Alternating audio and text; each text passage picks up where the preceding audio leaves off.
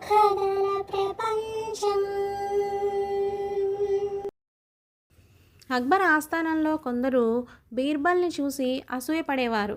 వాళ్ళు బీర్బల్ తెలివైనవాడు కాదని అక్బర్కి నిరూపించాలని తాపత్రయపడేవారు. అందుకోసం వారు ఒక ఉపాయం పన్నారు. వాళ్ళు అక్బర్కి దండకారణ్యంలో ఎద్దులు పాలిస్తాయని, బీర్బల్ ఆ ఎద్దులలో ఒకదాన్ని తీసుకుని వచ్చి పాదుషా ముందు పాలు పితికితే చూడాలని ఉందని చెప్పారు. అక్బర్కి బీర్బల్ చాలా సమర్థవంతుడని, అతడు ఏదైనా సాధించగలడని నమ్మకం. అందుకని అతను బీర్బల్తో తనకి ఎద్దు పాలు తాగాలని ఉందని చెప్పాడు. బీర్బల్ ఇది తనను అక్బర్ ముందు తల వంచుకునేలా చేయటానికి తన విరోధులు పన్నిన పన్నాగమే అయి ఉండవచ్చని ఊహించాడు. అయినా అతను వెనుకాడక అక్బర్ ఆదేశాన్ని మన్నించడానికి సిద్ధమయ్యాడు. అప్పటి నుంచి చాలా రోజుల వరకు బీర్బల్ ఆస్థానంలో హాజరు కాలేదు.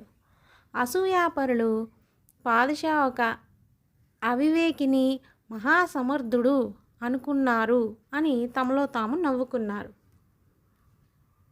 ఒకరోజు బీర్బల్ కూతురు ఆస్థానానికి వచ్చింది. అది చూసి అక్బర్ ఆశ్చర్యపోయాడు.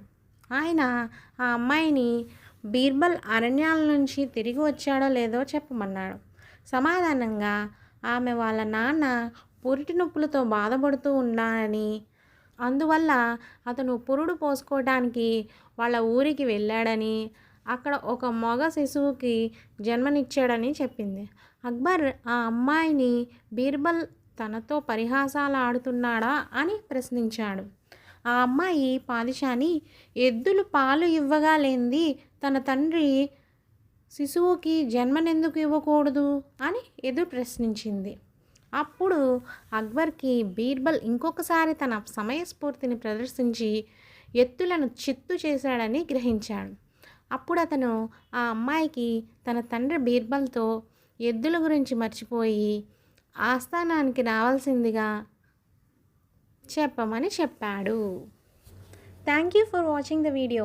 ఈ వీడియో కనుక మీకు నచ్చినట్టయితే లైక్ చేయండి, ఫ్రెండ్స్కి ఫ్యామిలీ మెంబర్స్కి షేర్ చేయండి. మరిన్ని ఇలాంటి వీడియోస్ కోసం మా ఛానల్ని సబ్స్క్రైబ్ చేసుకోండి.